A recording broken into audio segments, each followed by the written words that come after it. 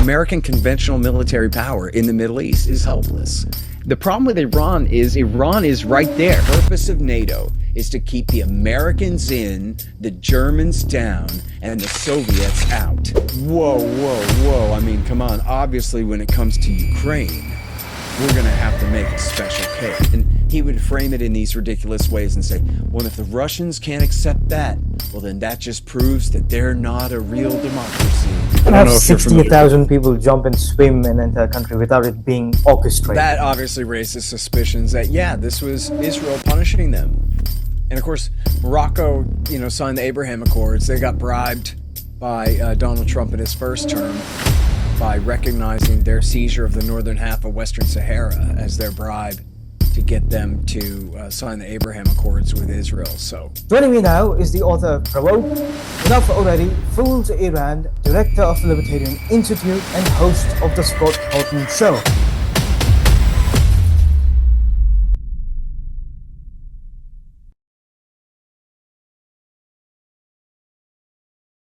Thank you so much for taking time and joining me today. It's such an honor to have you on. Oh, thank you very much for having me. Good to be with you. Yeah, I mean, Mr. Horton, I've been following your work since I was in high school, I remember. And the reason why we're so interested in American politics is because America happens to be the superpower. So we're all very keen about American politics, which is why I've been following your work since a very long time now. And to finally be able to sit down and have this conversation with you one-on-one is such an honor. This is so good for me. Well, that's very kind of you to say. Thank you. Yeah. So, Mr. Horton, I've got a few topics that I want to cover. First of all, shout out to your assistant for coordinating this. I promised her that I'm going to keep it brief because you're also very busy. I've got a few topics and we'll go one by one. Of course, it starts with Russia and Ukraine, which is, I have read your book, Provoked, Mr. Horton, and it was published in 2024, I believe. And if the question that has stayed with me and that I still have it in my mind is, if Provoke was being published today instead of when you wrote it, what chapter would you add and why? Looking back at everything that's happened since publication, is there anything you would write differently? Oh, that's a good question. So I'm actually, I was interrupted, as you may know, by the making of the Academy. And so I had a huge roadblock in finishing the audiobook. And of course, the book itself is 477,000 words. So getting just through the thing and getting the audiobook and all that edited has been a pain. But reading it out loud, as I learned from my previous two books, lead to 1,000,001 corrections. I mean, I've got as where it's supposed to say and I've got, Putin where it's supposed to have your name. You know what I mean? I got just totally, it's just mistakes and typos and idiot misstatements through there, all over the place. So I am republishing it as like a second edition. So your question is like very relevant to how I'm approaching this. Do I need to add an afterword that says, see, I told you so on all this stuff, or that covers some recent developments, or just leave it alone? And I think, no, I'm not really going to add anything to it. I'm just making corrections. Maybe in a couple of places I'll add an extra citation where I think, oh, I should have an extra citation here or whatever, a little bit of that. But otherwise, I don't really feel the need to change it. I mean, the book came out at the very end of 24. And so, a lot has happened, but nothing has changed since then, if you know what I mean, right? So I could write about, well, Trump came in. I'm sorry? Sorry, I have the audio version of it. So when I finished the audio version, I thought of asking you this question because it's been a while since it was published. So yeah, I think this question is very relevant to what's going on with you right now, right? Yeah. So, and in fact, so I still have the Trump 1 and Joe Biden chapters to finish editing. It's all recorded, but I have to finish editing those two, and I'll be publishing those. So, but the Bush Senior, Bill Clinton, W. Bush, and Obama chapters are all published at my Substack at scotthortonshow.com. And that's already like 25 hours, like way longer than a regular audiobook anyway, just to get you through Obama. And then the Right. Trump section is really long because I have like 100 pages on Russiagate, and I just got, I got all this stuff. So it's overkill, I Right. admit. But yeah, so I don't really think I need to change the book. But in the broader sense, your question is really sort of, well, what's happened since the end of 24 that might be worth writing about, right? Right. And so, if I was just to approach that and write a mini book about the last couple of years or whatever, then the story is that Trump came in, Hmm. he never was Ron Paul. He always was Rudy Giuliani. And he never was, interested in knowing more than he could hear a briefing on in 5 minutes about anything.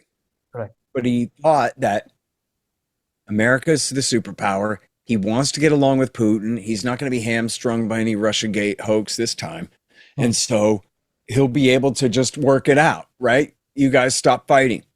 And the thing is, I think he was sincere that he wanted to stop the war when he campaigned on that, and he believed that he could.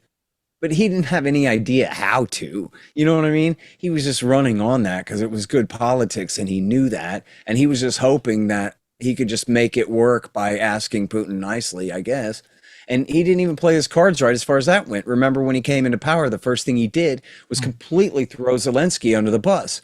Well, I'm not here cheering for Zelensky, and I'm a libertarian, total non-interventionist. He should have just said, forget it, from my point of view. But I'm just saying, all other things being equal, in Donald Trump trying to work out this situation and the position he was in, well, his carrot is, I want to normalize relations with you, Russia, but I can't in the current circumstances. And his stick is, I kind of like this guy Zelensky, and it wouldn't really cost me that much to continue to pouring weapons into his effort to defend his country from your invasion. So don't think I'm just going to back down, because I'm not. In fact, I might even arm him up more than that wimp Biden ever did.